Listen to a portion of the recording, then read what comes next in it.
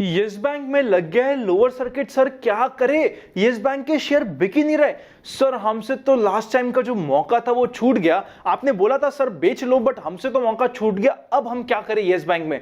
Yes bank में वापस से लोअर सर्किट की लाइन स्टार्ट हो गई है। सर कहीं हम फंस तो नहीं जाएंगे?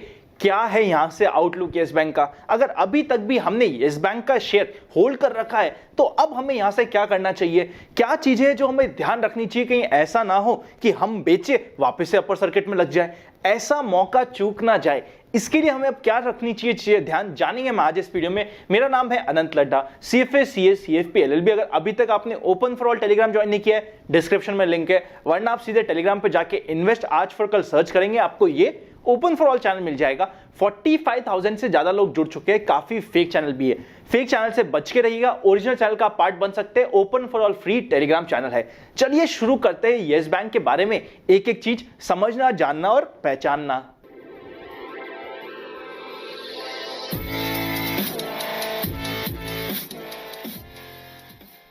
आज यस बैंक वापस से लोअर सर्किट में लग गया है। कहीं ऐसा तो नहीं यस बैंक की बाजी पलट चुकी है और हम फंसने वाले हैं? हमें क्या करना चाहिए? देखिए, सबसे पहले जब ओवरऑल स्टैंस मार्केट का न्यूट्रल है, यस बैंक जैसा शेयर जो बहुत ही ज्यादा ऑपरेटर मैनिपुलेटेड होता है, पंटर इसमें अपनी मर्जी के हिसाब से कुछ भी करता है, ऐसे शेयर को तो एटलीस्ट हमें एग्जिट लेना जरूरी है अगर ये हमारा शॉर्ट टर्म पोर्टफोलियो का पार्ट है। अगर इसको आपने सोच रखा है कि यार मैं तो एक साल के लिए लेके भूलूंगा, तब तो फिर भूल जाइए। तब तो आपको सोचने की वापस जरूरत ही नहीं है। अगर आपने सोचा है कि मुझे 6 महीने या 1 साल के लिए भूलना है, या तो ये सीधा मेरा पैसा डबल होगा, नहीं तो कम भी हो जाएगा, तो मुझे गम नहीं है। इतना ही अमाउंट मैंने इन्वेस्ट किया है कि वो अमाउंट टूटे तब भी मुझे गम ना हो, तब तो आप भूल जाइए। वरना अगर आपने शॉर्ट टर्म के लिए बुक किया है, हमने हमारे लाइव में भी बात की थी कि हमें प्रॉफिट बुकिंग कर लेनी चाहिए थी, उस समय अगर नहीं करी, अब क्या करना है? अब आपको लाइन में लग के नहीं बेचना है। कभी भी कोई शेयर लोअर सर्किट में लगे रहे ना, उस शेयर में लाइन में लग के बेचने में क्या होता है, ऑपरेटर वैसे भी लोअर सर्किट में रखेगा, आप बेच पाओगे नहीं। जब आप बेच नहीं पाओगे तो अननेसेसरी लाइन में लग के बेचने का क्या फायदा? आपके दिमाग में कि यार ये 15 रुपए आ जाए, 16 रुपए आ जाए या 20 रुपए आ जाए तब मैं बेच दूंगा। अभी लाइन में लगना बंद कीजिए, अपने माइंड को क्लियर कीजिए, एक टारगेट बनाइए कि इस टारगेट पे आते ही मुझे पर्सनली सेल करना है, चाहे आगे कितना ही बढ़ता हो, मुझे मेरा गेन मिला और खुश होना है। अब हमें क्या करना है? देखिए, किसी भी दिन ऑपरेटर इसको रिवर्स मारेगा। किस दिन मारेगा मुझे नहीं पता। होगा क्या, जिस दिन रिवर्स मारेगा ना, सीधा लोअर सर्किट से ऐसा ना हो अपर सर्किट या काफी बढ़ जाए, एक ही दिन में 7 से 10% का लॉस आपको सामने सामने दिखेगा। आपको लगेगा कि यार थोड़ा सा वेट कर तो लेता, ये तो लोअर सर्किट में था, लोअर सर्किट से सीधा इसने अपर सर्किट लगा दिया, सीधा ऊपर ले गया, ये क्या हुआ? इसीलिए अब हमें कभी भी किसी शेयर को लोअर सर्किट में जब उसमें लग जाए, लाइन में लग के बेचना तो नहीं है, ये चीज आप समझ लीजिए। फिर अब हमें क्या करना है? हमें यह करना है कि माइंड में एक टारगेट बना लीजिए। जैसे ही वो टारगेट अचीव हो, वैसे ही अपने शेयर को बुक कीजिए और बाहर निकलिए। देखिए, चाहे यस बैंक हो, आलोक इंडस्ट्रीज हो, रुचि सोया हो, ऐसे शेयर है जो ऑपरेटर ड्रिवन, मतलब पंटर की जो इच्छा करती है वो उस शेयर में वो कर देता है। कंप्लीटली उसके पास होल्डिंग है, वो कंप्लीटली मैनिपुलेट कर पाता है शेयर को। ऐसे शेयर से रिटेल इन्वेस्टर को लगता है कि यार बाजी तो मेरे हाथ में है, मैं इस बाजी को जीतूंगा, मैं कुछ भी हो जाए मैं इस शेयर को समझता हूं, इस शेयर में पैसा कमा के निकलूंगा।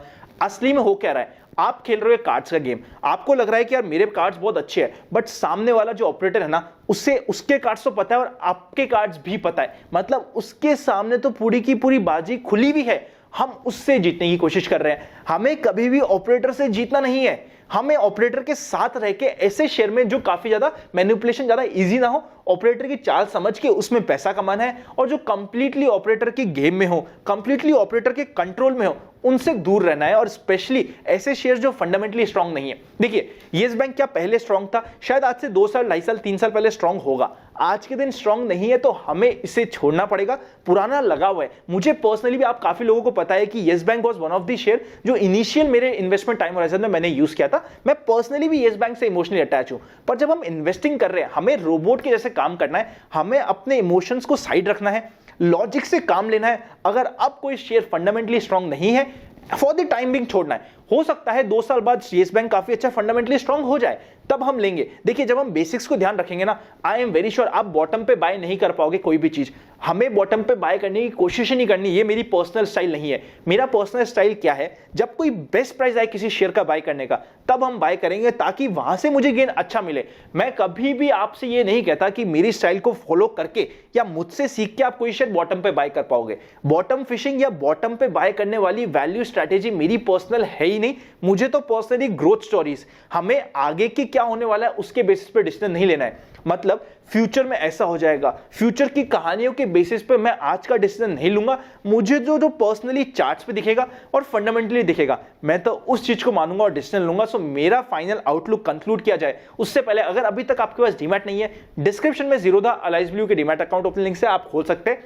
अगर कुछ दिक्कत आए तो डिस्क्रिप्शन में हेल्पलाइन भी नंबर है, आप कनेक्ट कर सकते हैं। जैसे हमारे लिंक से खोले, डिस्क्रिप्शन में दी गई मेल आईडी पे बेसिक डिटेल्स भेज दीजिएगा। हमारी टीम विद इन 10 डेज आपको प्राइवेट चैनल का कैसे पार्ट बना जाए इस चीज का कंप्लीट प्रोसेस दे देगी। उसके अलावा ज्वाइन बटन मेंबरशिप आ चुकी है।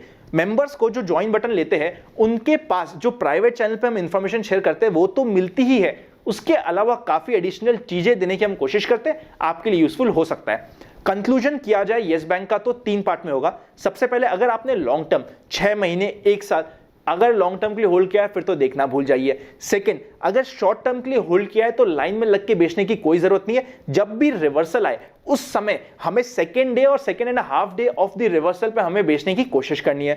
थर्ड, आगे के लिए हमें क्या ध्यान रखना है, ऐसे शेयर में ज्यादा फंसना ही नहीं है जो फंडामेंटली स्ट्रांग नहीं हो, जो चार्ट्स पे स्ट्रांग नहीं हो।